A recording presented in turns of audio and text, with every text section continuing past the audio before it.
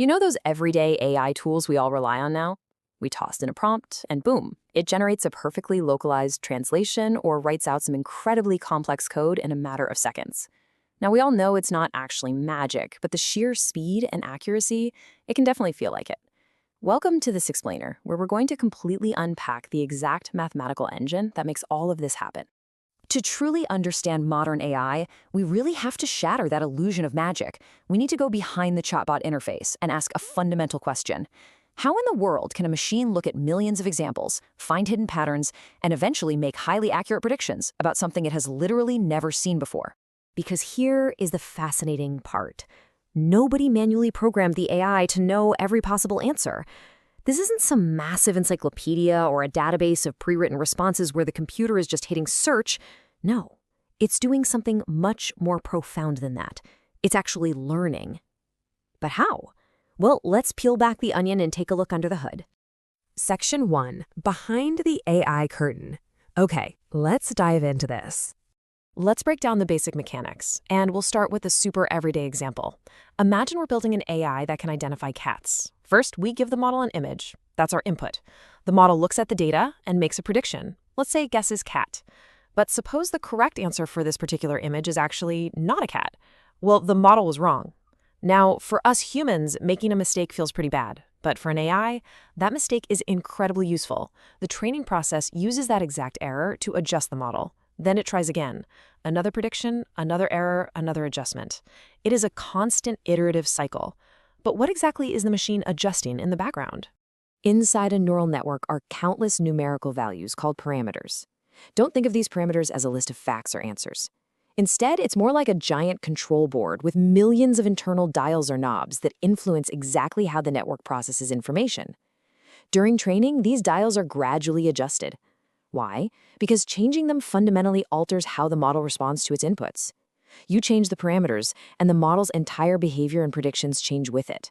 It's absolutely one of the most foundational ideas in machine learning. Section 2. Measuring and fixing errors. So moving on to the math of the engine, how does it actually know if its prediction was a good one or a terrible one? Suppose the model predicts 90% cat, but the training example clearly says not cat. We need a way to measure exactly how far off that prediction was from reality, and that is where a loss function comes in.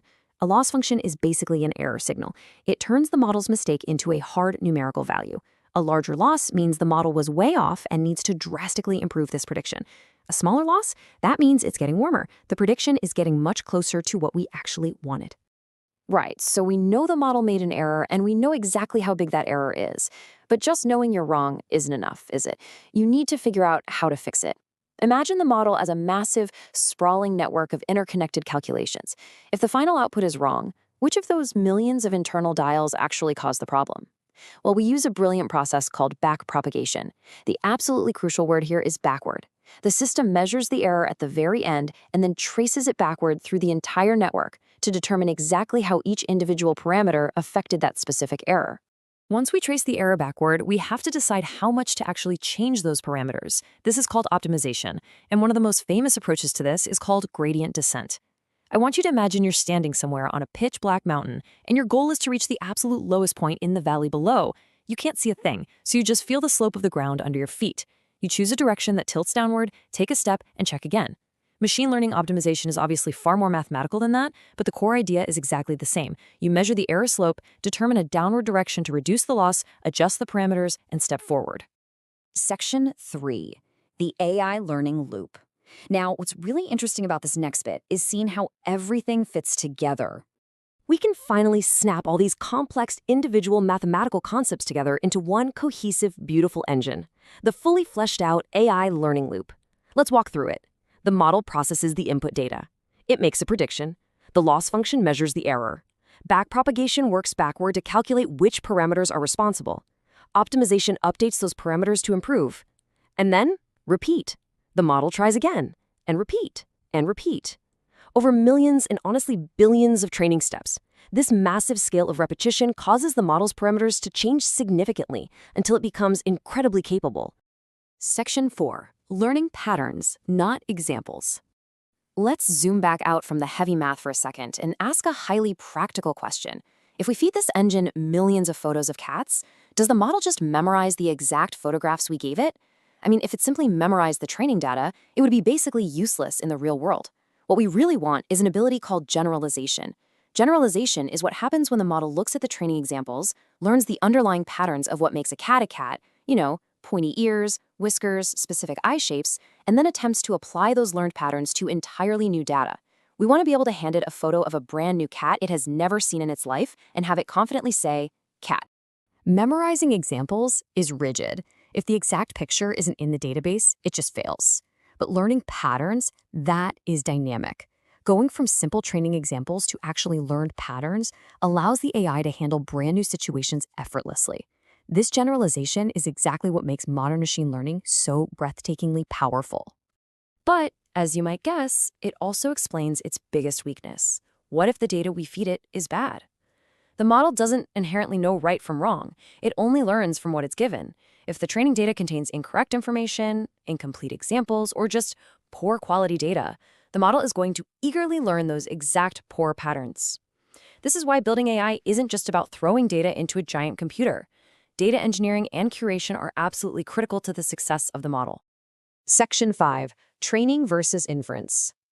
This brings us to a vital distinction for understanding how everyday AI tools actually operate when you use them on your phone or your computer. There are two entirely different phases here, training and inference. Training is that incredibly heavy, repetitive mathematical loop we just talked about, adjusting parameters, measuring loss, running gradient descent over and over. That is where we build the capability. Inference, on the other hand, is simply using that capability. When you sit down and type a prompt into an AI chatbot, you are just using inference. The intensive, exhausting training loop happened long before you ever even logged on. Section 6. Evaluating real-world AI. So, the crucial point is figuring out what to do with all this. How do we know if all this training actually worked? We have to shift our focus from building the model to judging its actual utility in the real world. A model might perform exceptionally well on its training data, but utterly fail when deployed into a messy, unpredictable new situation. The most important question isn't, wow, is this model impressive? The question is, does this model perform reliably for our particular use case? Professional technology judgment is entirely about solving the right problem, not just being mesmerized by flashy technology. Let's look at this from a higher global network hub perspective. When evaluating AI, professionals have to ask some really rigorous questions. What exact problem are we trying to solve? What data do we actually have access to? How will we objectively measure performance? Critically, what happens when it inevitably makes a mistake? And how will we verify its results? Because the end goal of all this backpropagation and gradient descent isn't just to build a cool, powerful AI. The goal is to build a system that actually solves a real human problem. So we've seen how a model learns patterns and how it uses those patterns to make predictions on new information. That is the fundamental foundation of machine learning. But there's a fascinating phenomenon left to explore here. Sometimes you ask an AI a complex question, and it appears to compare information, follow a chain of thought, and logically reach a conclusion. So what is actually happening under the hood there? Is the AI really reasoning, or is it doing something fundamentally completely different? Keep that question in mind because that is exactly what we're going to explore next time.